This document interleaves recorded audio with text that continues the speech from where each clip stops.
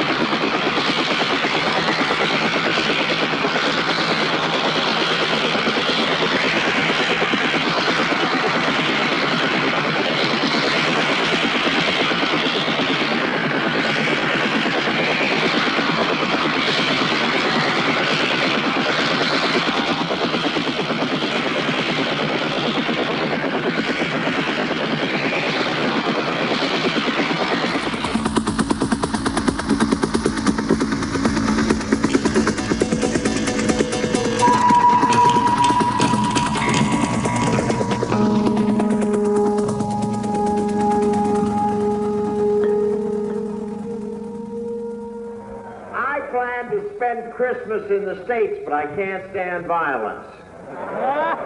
The Bob Hope Show, Christmas 1968.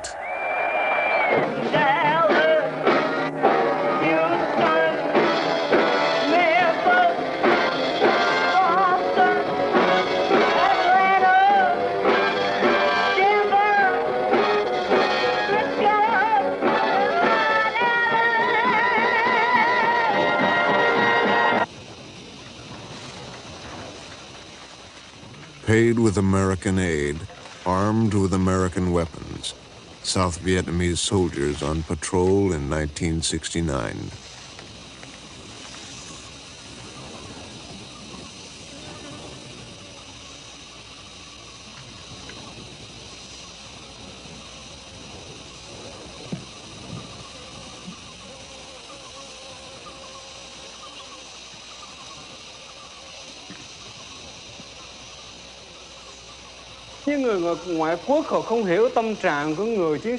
Foreigners didn't understand the psychology of the South Vietnamese soldiers who were carrying the guns and doing the fighting. We felt we had to fight. We were spilling our blood and suffering all kinds of hardships because we felt there was no other choice. We never accept any form of government, any form of policy that the communists would like to impose on us before the decision of all South Vietnamese people can be made through free choice and democratic procedure, without external interference and without atrocities.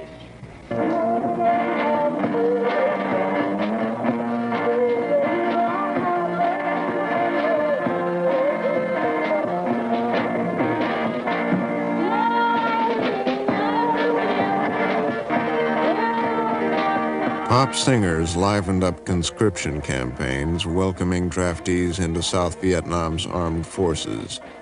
The military numbered more than 1 million, but each week more than 2,000 of its troops deserted. Each week more than 400 were killed.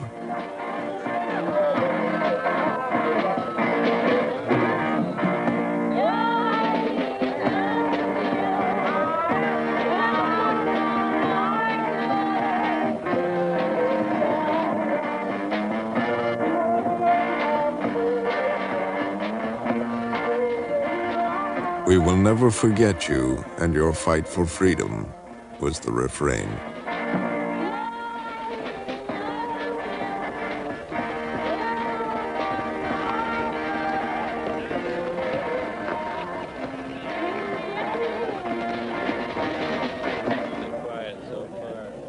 The South Vietnamese government was recognized by most Western countries and had survived for 15 years on more than $100 billion in U.S. aid. It was still totally dependent on America. I'll never forget it. Oh, glad to see you, Mr. Friend. It's a pleasure to be here. We had a lot of conversations about the impact of the huge American presence in South Vietnam. We South Vietnamese, we are very concerned about the fact that the communists were very shrewd in trying to take advantage of the American presence in South Vietnam. They said that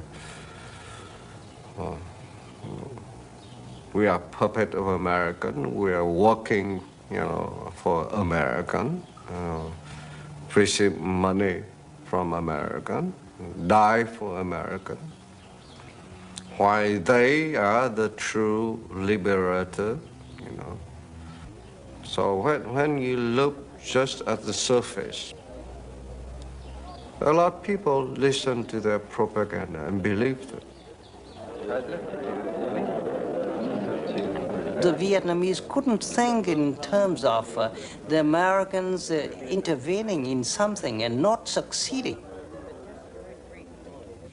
When they saw that the Americans built with billions and billions of dollars the airstrips in Da Nang, in Cam Ranh, everywhere around the country, they couldn't think that the Americans, once having committed their troops in Vietnam, having spent so much money in Vietnam, could one of these days leave everything behind and call it quit.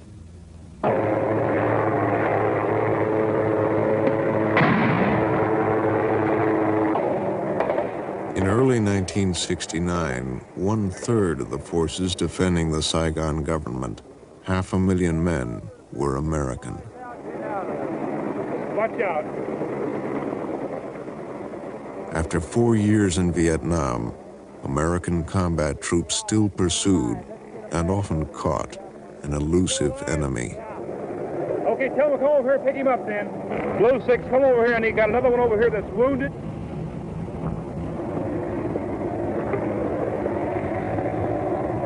Take his pack off.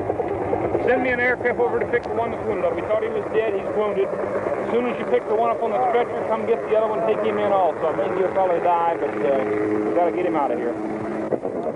Every American had his own version of the Vietnam War. The aviation units in general had a very high esprit de corps. The morale was good. We enjoyed what we did.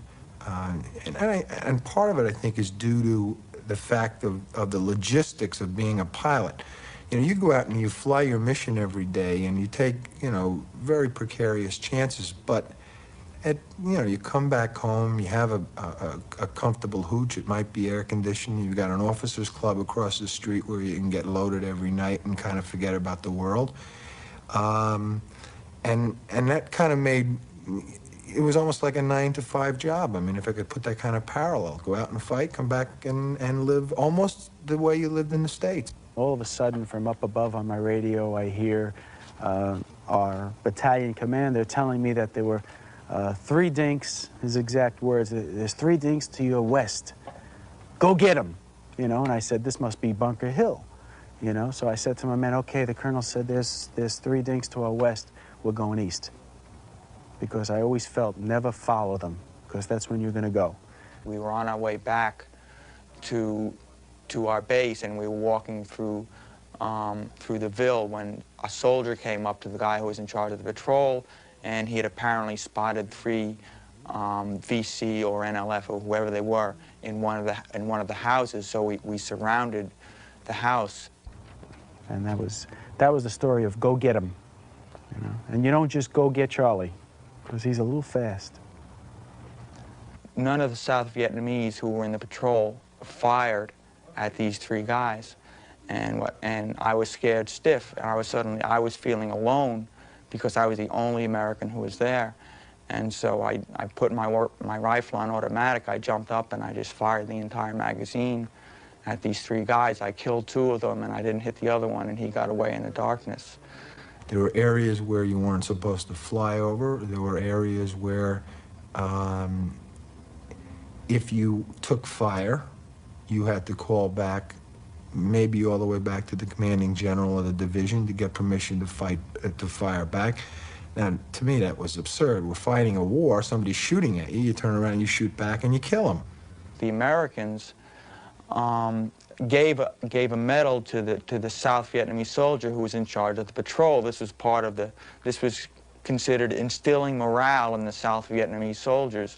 So he was given a Bronze Star by the American Army because this was like the first body count we had had in our area in probably 8 months, you know. And the South Vietnamese, feeling the need to reciprocate that, ended up giving me a Vietnamese Cross of Gallantry. I was a very lucky person to have the people I had with me because they got me through it. And I would say to them, look, you have one function, and that's to protect me. Because I can get you everything else. I can get you the beer in the field, I get you the air mattresses, because the people I sent in the rear still had the respect for me, so anything I needed I called in for, I got. I mean, we had some precarious situations, and we lost some birds, and we lost some people. But we always won. I mean, so to me, we were very successful, you know, but as I think of it now, I don't know what we won.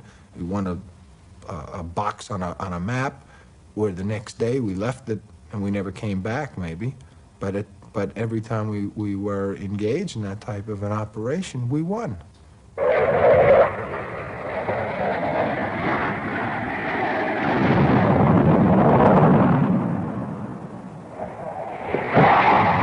The peace talks in Paris had not stopped the bombing in South Vietnam.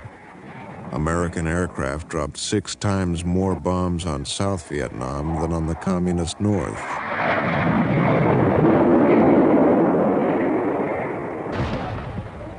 Many towns and villages in the South were destroyed in order to drive out the Viet Cong, the North Vietnamese, and their civilian supporters.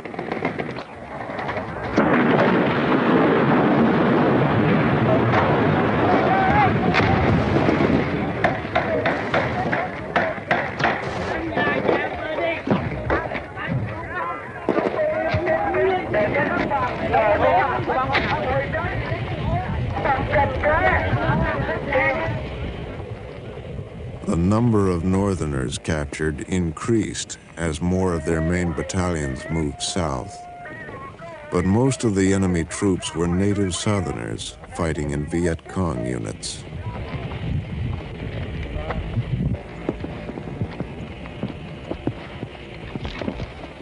The destruction, much of it deliberate, created more than 3 million refugees.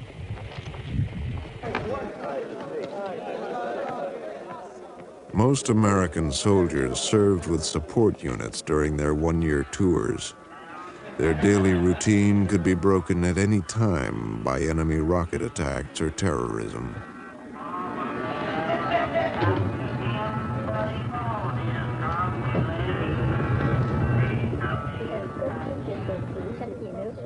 U.S. bases employed thousands of Vietnamese civilians. The jobs were highly prized.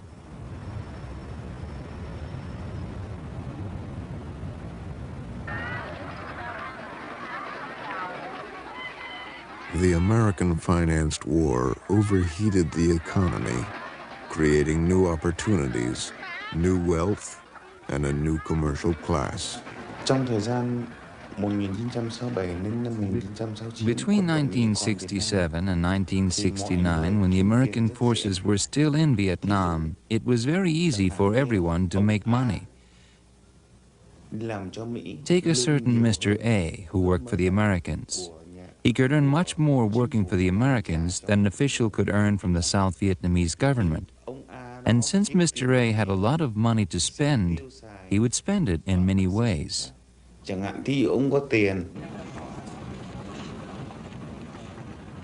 It was so easy for everyone to get a share of the pie that money was so easily available that it very easily corrupted everyone. Còn vấn đề mà nói về chợ đen, chợ đỏ thì As for black marketeering, I did not see anything bad at all. When people bought goods from the American supermarkets for resale to make a little profit, then everybody said that this was black marketeering. để người ta kiếm lời thì mọi người đều cho là chợ But to đen. me, this was not black marketeering. This was only a transaction. Mua đi mua lại bán lại. The press at that time tried to blame it on Vietnamese official or Vietnamese people. But you know that most of the goods come, that's selling at the black market come from the various PX. So it's wartime, and a lot of people, both sides, American as well as the Vietnamese, are involved in the black market, So it created a big upside down the society. Christmas 1969. Nixon was steadily reducing the number of U.S. troops in Vietnam.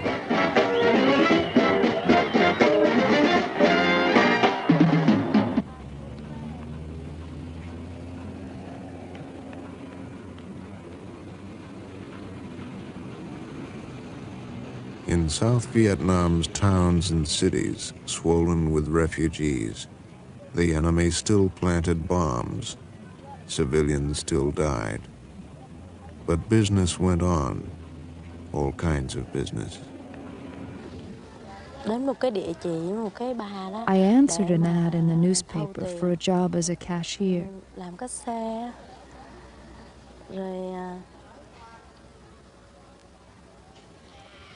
While I was working there, the woman who owned the establishment bought me a lot of new clothes. Every time I liked something, she bought it for me.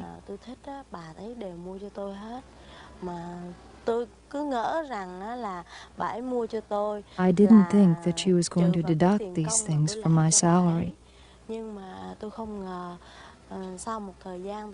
But after a while, she began to demand repayment. I became very upset and flustered. I didn't know where I would get the money. Then she suggested that I ought to go with a certain man who would give me money so that I could repay my debt to her.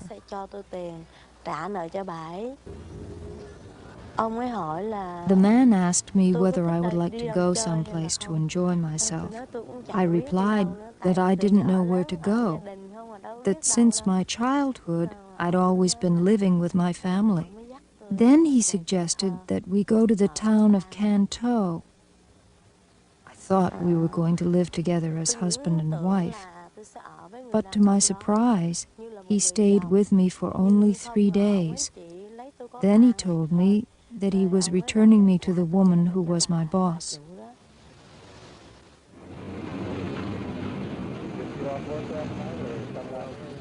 Prostitution. Tell me somewhere in this world that there is no prostitution. Tell me some city, some country where there is no prostitution. So there is prostitution in Vietnam, in Saigon, of course. There is corruption, of course. There is black market, yes. But because we are living in war for a long time, 30 years. And with the big presence of foreign troops in Vietnam, it created a lot of social problems. The first problem we have here is VD. Many of the South Vietnamese women suffer from at least one type of VD. Of course, the best protection here is to abstain from all sexual relations with the South Vietnamese women. However, facts have proven that not all of you will choose to do this. I don't know if I should tell this story. Of my first day when I went into town, and I got in this Vespa. They had to have these little taxis that they call Vespa, these three-wheel jobs in which it starts like a lawnmower. I got in, and the first thing the guy asked me, did I want a girl? I said, no, I'd like to see the town first. And he said, would you like, and he held up this big pack of what I assumed was marijuana. Now I know it was marijuana. At the time, I just assumed it. GI, you want Vietnamese cigarette? I'd trade you one pack of Salem. Or, GI, can you get me fan? I'll give you this. And make enormous dope deals. For a box of Tide, you could get a carton of pre-packed, pre-rolled marijuana cigarettes soaked in opium. For $10, you could get a vial of pure heroin about the size of a, say, maybe about that high, the size of a cigarette butt. And you could get liquid opium, speed, acid, anything you wanted. If I wanted it, it was available. I could either have drugs, or I could have a girl, or I could go to any part of town I wanted to. Now, let's say you can turn down a girl, or you can turn down going to a bar. I mean, whatever the taxi driver said, offered you, you couldn't turn down every one. I mean, it was something he said that you were going to want. The only drugs I actually saw men taking was maybe smoking grass, a little marijuana, on a 3-day stand down. Now, what I would do is when we came back for a 3-day stand down, so to speak, or a 3-day rest before going on another operation, I would just say to the men, look, go get drunk, do whatever, find a little Vietnamese girl, whatever you're gonna do. If you're gonna smoke a little dope, don't get caught. You know, if you do anything worse, don't come back. You know, but they'd always show up on the 3rd day straight. And they frowned on drugs, my particular company, because they knew out in the field, anybody that wasn't alert, it could cost the other guy's life. In 1971, a congressional study said that drugs in South Vietnam were more plentiful than cigarettes and chewing gum. Another report estimated 30,000 American heroin addicts in the country. Narcotics were eroding discipline. Drug abuse, concluded an official survey, had become a military problem.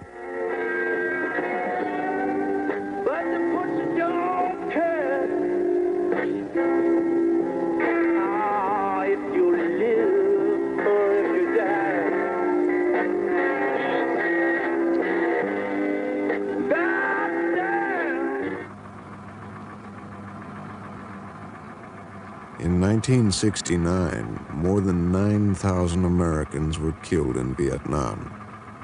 Nixon aimed to reduce American casualties by Vietnamizing the war, letting the South Vietnamese do the fighting.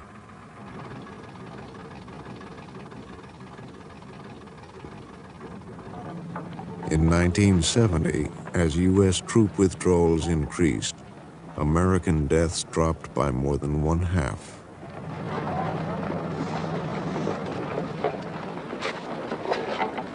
All of the U.S. troops cannot be withdrawn in 1970. It will take many years. Ambassador Bunker, General Abrams, everyone have assured me that the U.S. people and U.S. government will continue to stay determined to help the Vietnamese people in army to defend the freedom in Vietnam. Good morning, Vietnam. Welcome to the Dawn Buster. Today is the day.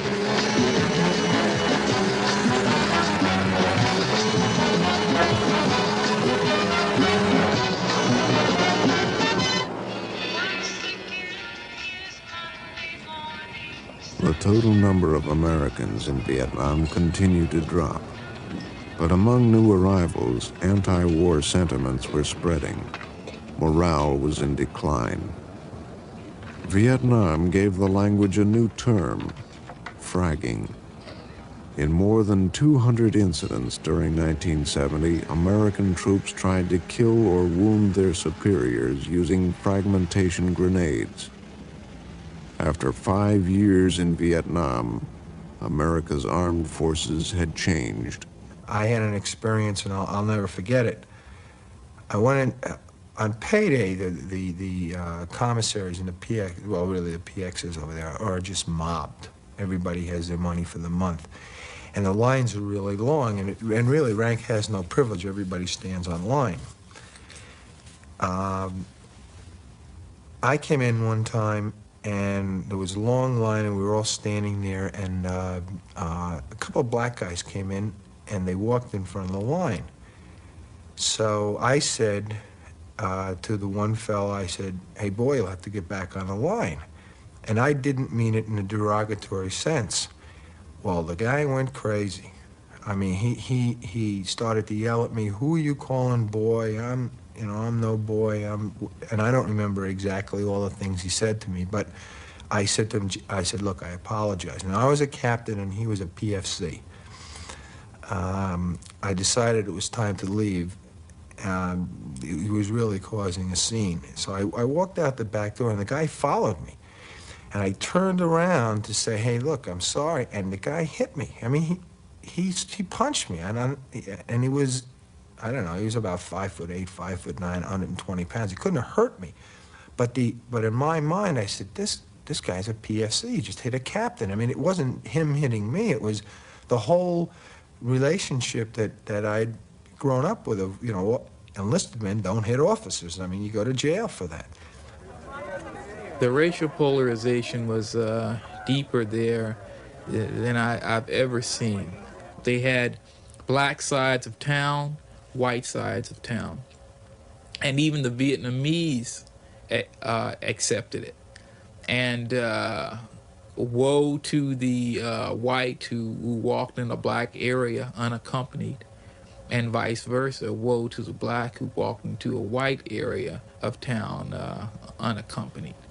I just found myself isolating myself from the white, soldiers and things. That blacks, we began to associate among ourselves more so. We began to have political education classes.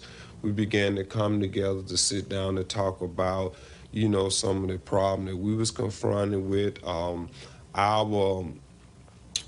commitment. For blacks, such as myself, it was reading, after reading Malcolm X and Black History, Martin Luther King, and other more black militant, Elridge Cleaver, etc., it naturally led into political reading. And I read Dr. Spock on Vietnam. There was anti-war literature in Vietnam readily available. A lot of the guys felt that we shouldn't, risk our life or put our life on the line when it was a war back in America, when we wasn't free.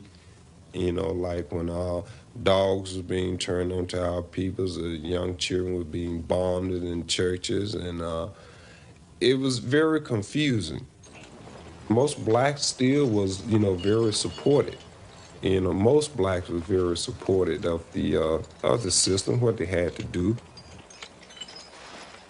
The closer they got to combat, the more blacks and whites needed each other, the better they got along. How many people here got a lot of soul? You got a lot of soul? Right on, right on.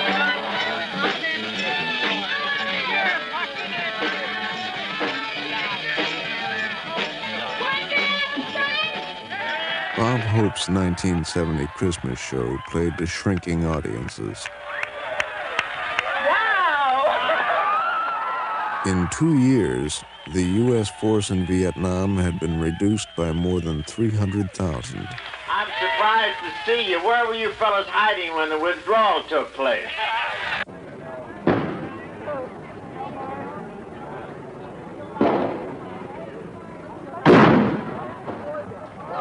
In Saigon, demonstrators protested against the Thieu government.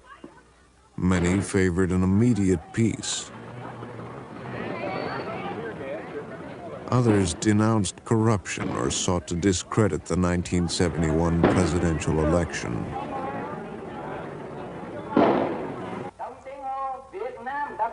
Anxious to give South Vietnam a democratic image, American officials searched for an anti-communist contender to run against Thieu.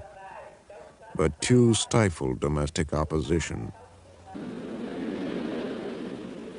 To Thieu, like his predecessors, the election was a means to control the population and placate the Americans.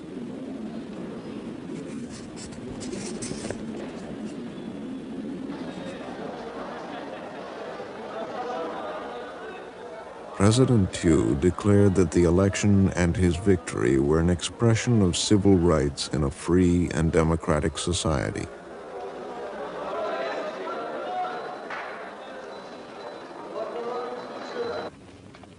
The only effective opposition to Thieu was the Viet Cong, which now labeled itself the Provisional Revolutionary Government. It was active in much of the countryside.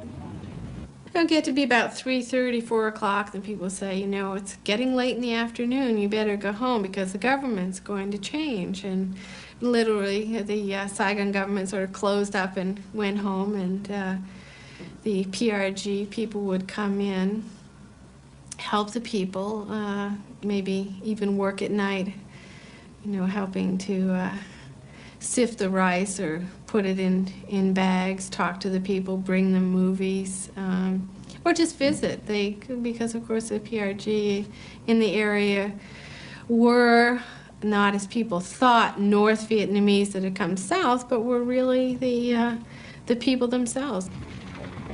One of the things that was a problem for a foreign government coming in and trying to control an area where it was not popular was figuring out who was against the government. Their way of solving it seemed to be to round up groups of people and interrogate them.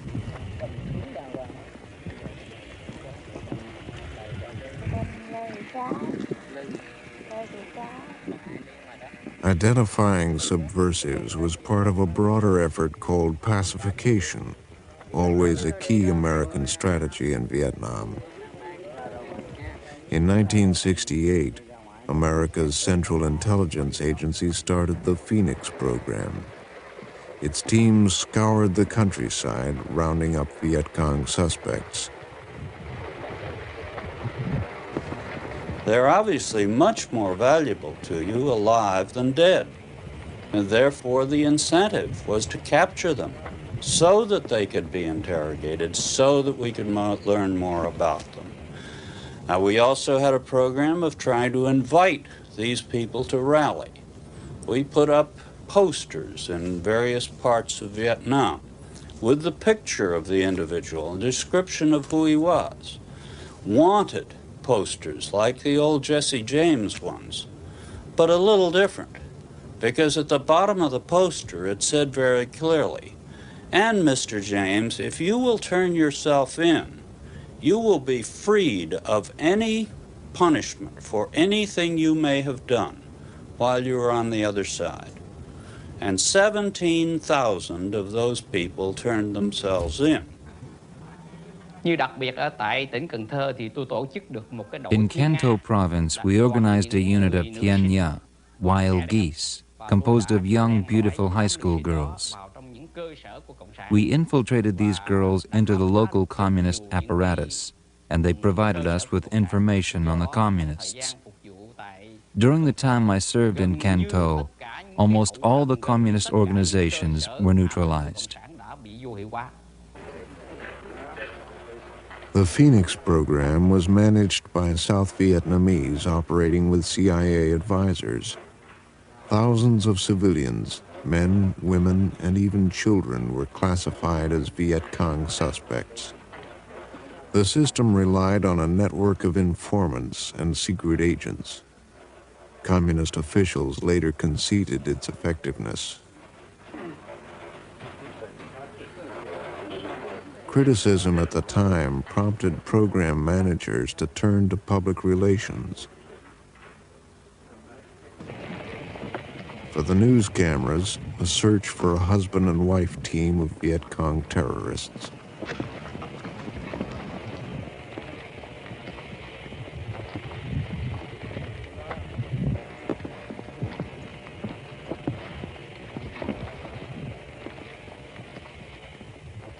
Despite the public relations, reports of abuses persisted.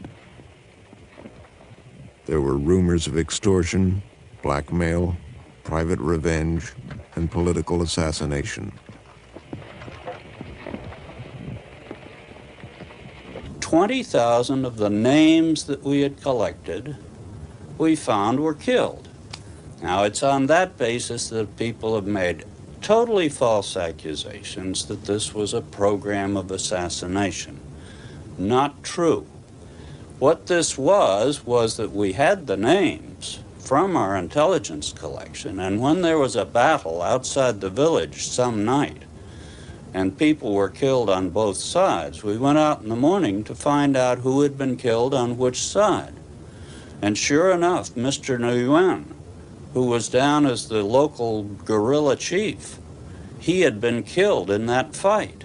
But he certainly hadn't been assassinated. He'd been killed in a military fight. But he hadn't rallied and he hadn't been captured. He'd been killed. And so that was the phrase used, killed. The colonel who ran the province, who was actually an engineering colonel, created a contest throughout the province.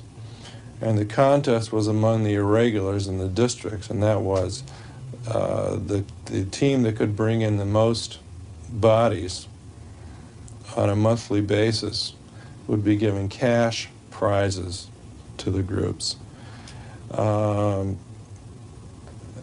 This just seemed to me totally out of line, and I think that it increased the possibilities that many civilians were killed who had nothing to do with the war whatsoever. Now, I'm not going to say that there was nobody wrongfully killed in all of Vietnam during all the years of the Phoenix program. But I do say that the purpose and the effect of the Phoenix program was to reduce and eliminate as far as possible the abuses on the government, although not on the enemy side. While we were having dinner one evening at our table, there were 5 of us sitting in there, and we had an old French villa we lived in, where these irregulars came in with the district village chief, just, covered in blood. They'd obviously just come back from a battle. They had 5 or 6 weapons, and they threw the weapons down. They were just disgusted with the whole situation. They were going to prove something. Came up, threw a bag on the table, and the bag had 11 ears in it. And he just looked at us and he said, "You don't need the 12th ear," and walked out. Some Americans now in the United States may misconstrue that this Phoenix program was an extremely vicious program designed to neutralize various communist factions by means such as assassination and illegal arrest. However, the Phoenix program was an extremely effective program, and one which enabled us to distinguish clearly between nationalists and communists by intelligence methods which we had organized. If you torture, you'll get what you want to hear, or you'll get something that the fellow invents. If you're clever about your interrogation and using sophisticated systems, you'll learn what the truth is, and you'll learn it without any abuse. Prisoners were held without trial in hundreds of jails and internment camps throughout South Vietnam.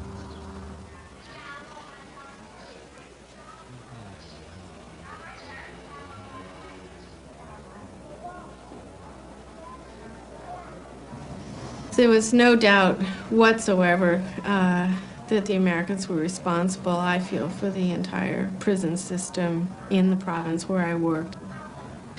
The Vietnamese knew that.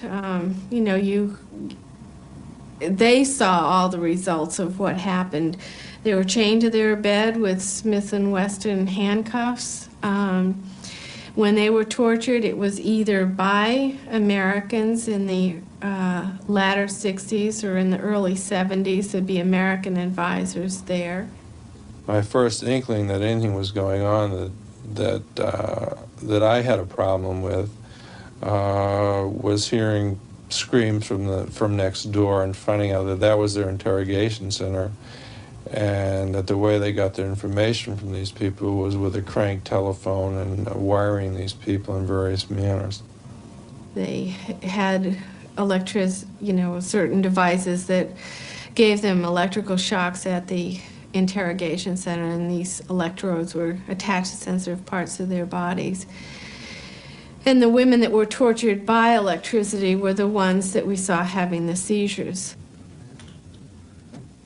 And I remember seeing the 67-year-old woman that was lying on a bare bed frame, springs, and they had just put cardboard on the top of it with a hole cut in it through which she was supposed to defecate, and she had no clothes and just a blanket that the other prisoners had given her. And she had been partially paralyzed because she had such a severe injury to her head. So I guess that was one of my first impressions was, you know, the real horror of the situation. I mean, this old woman being treated like this, and how could she possibly be dangerous to the government enough that they had had to torture her into being paralyzed. Operation Wandering Soul. From helicopters came Vietnamese voices pretending to be from beyond the grave. They called on their descendants in the Viet Cong to defect, to cease fighting.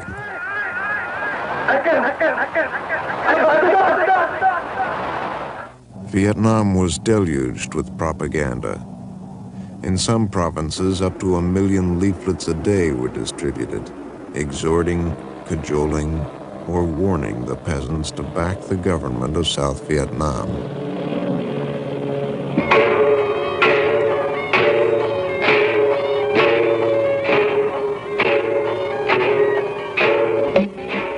American VIPs, like Secretary of State William Rogers, regularly toured South Vietnam to observe the progress and repeated the official claims that pacification was working. But loyalty to the Saigon government was difficult to measure. The Vietnamese that we were training were very responsive. They asked questions. They were very interested in what was going on, and this, made me feel good because, the standard rap on the South Vietnamese was that they just weren't interested, they were lethargic, and this particular group seemed like very involved in what was going on. So it made me feel good. It made me feel as if I was accomplishing something.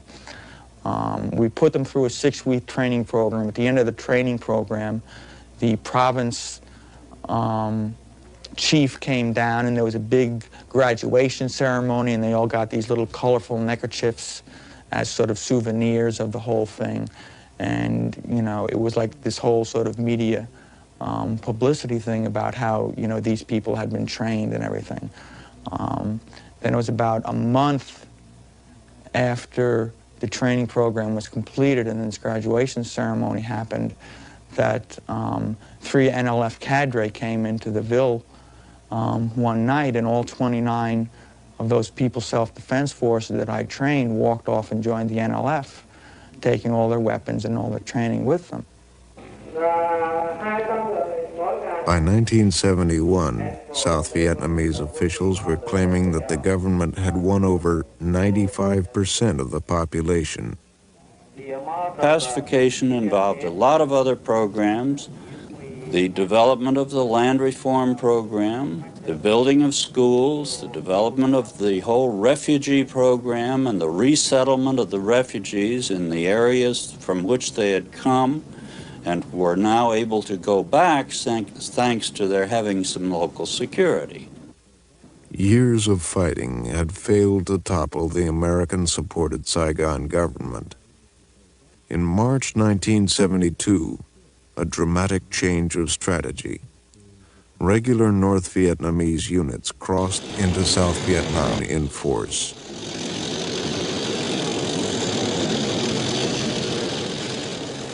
This time, they massed tanks and heavy artillery in an all-out offensive.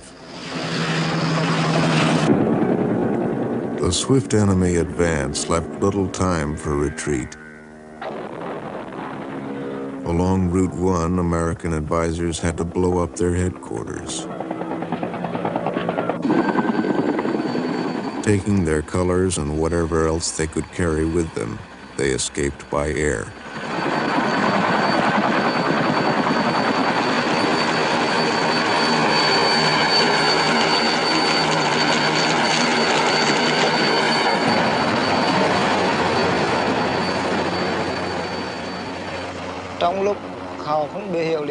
In fact, we didn't know what was going on. There were American advisors with the 56th Regiment, but helicopters suddenly arrived and took them away, leaving behind our commander, who didn't know anything at all.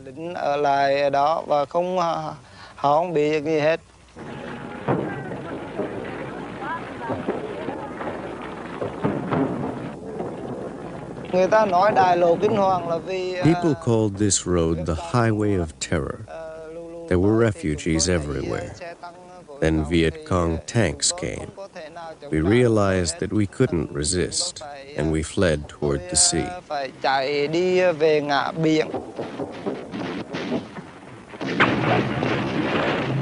Amid the retreat, several South Vietnamese army units stood and fought.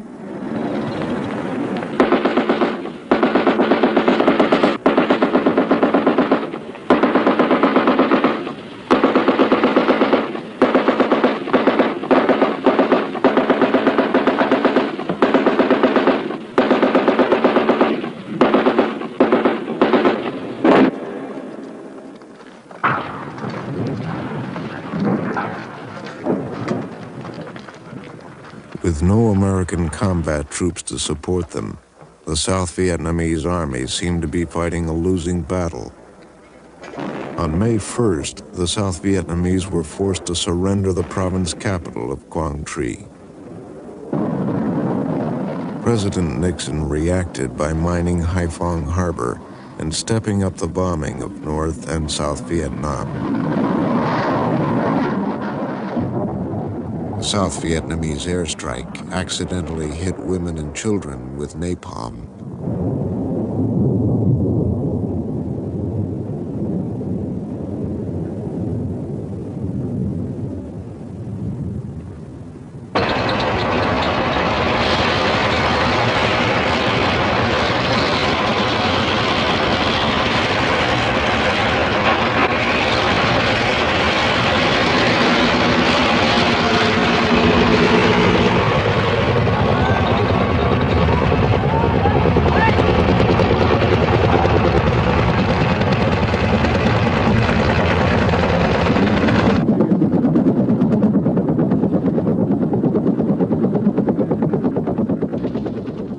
Vietnamese offensive was blunted. American equipment, massive American bombing, and an improved South Vietnamese fighting force made the difference.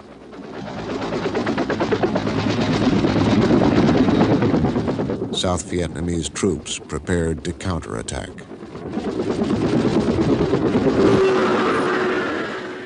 With their northernmost province in communist hands, South Vietnamese tactics included amphibious landings behind enemy lines.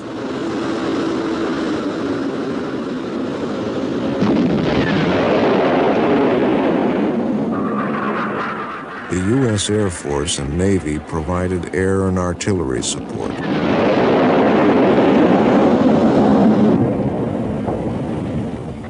But now the ground war was left to the South Vietnamese.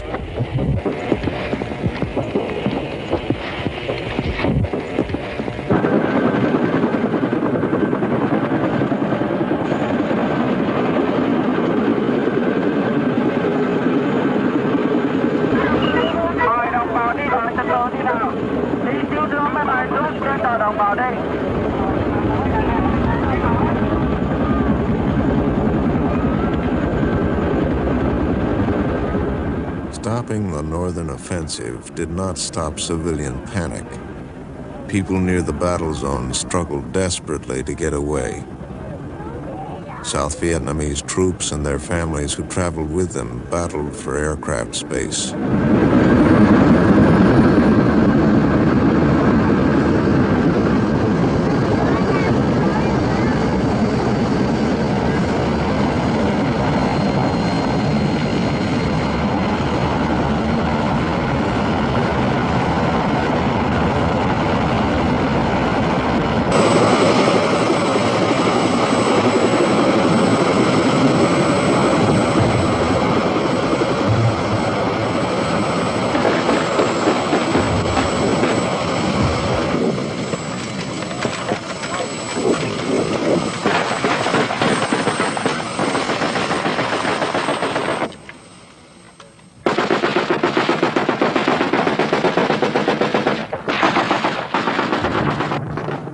During and after the spring offensive, battles raged, not only in Quang Tri province, but also in the Central Highlands and in the Mekong Delta far to the south.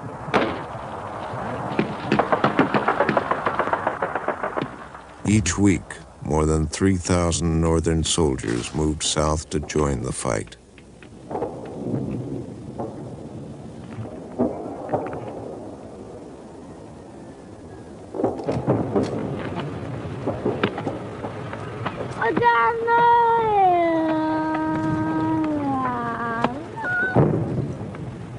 The fighting in 1972 was the heaviest of the war. 40,000 South Vietnamese soldiers died.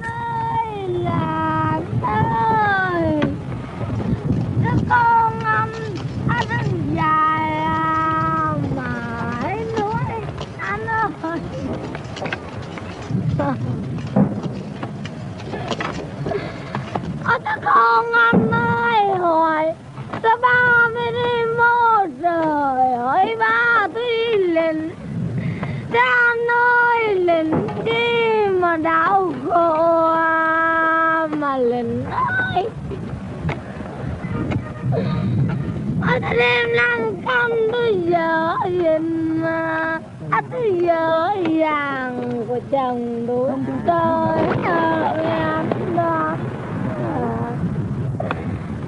Anh ơi, kỳ tiểu chứ mô mà còn nặng nữa, kỳ tinh đồ anh.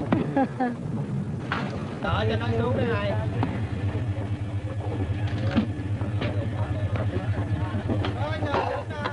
The last enemy holdouts in the city of Quang Tri finally surrendered on September 15th, 1972.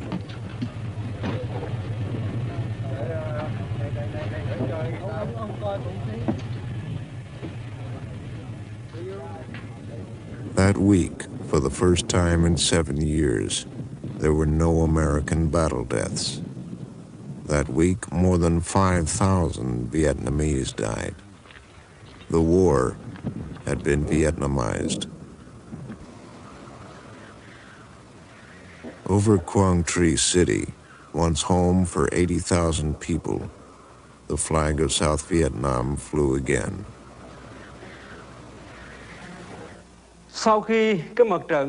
After this battle, we became masters of the situation again. The morale of all the soldiers seemed to be high.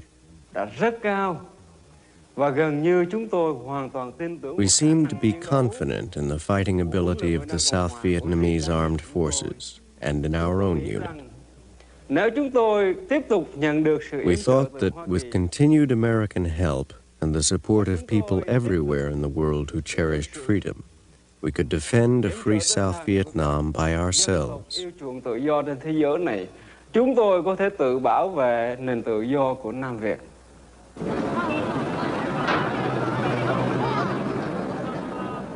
Crowded Saigon had been spared the enemy offensive.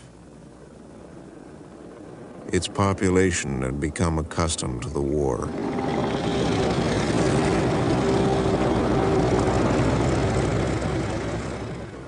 Then on October 22nd, Henry Kissinger informed Thieu that the United States had reached a ceasefire agreement with North Vietnam. The agreement was to be initialed by October 31st, a week before the American election.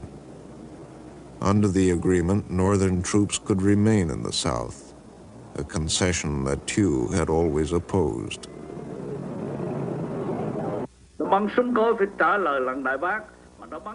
President Thieu refused to sign. He went on television and told